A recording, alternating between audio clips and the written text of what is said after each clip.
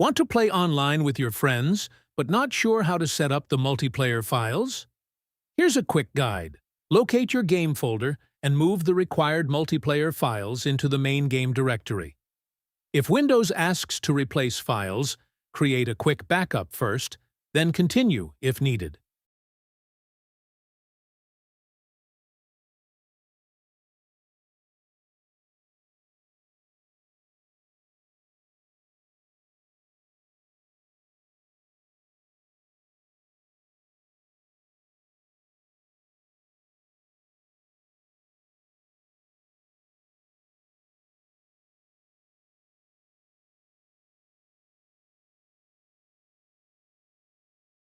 Now, open Steam and leave it running in the background. You don't need to launch the game from Steam. Just keep Steam open while the game is running.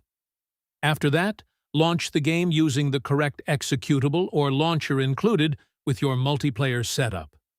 If the game doesn't start correctly, double-check that all files were placed in the right folder and that nothing was skipped during the process. Once the game opens, you should be ready to join or host online sessions with your friends. And that's it. Quick, simple, and easy to set up. Follow for more gaming tips, tutorials, and quick fixes to get the most out of your games.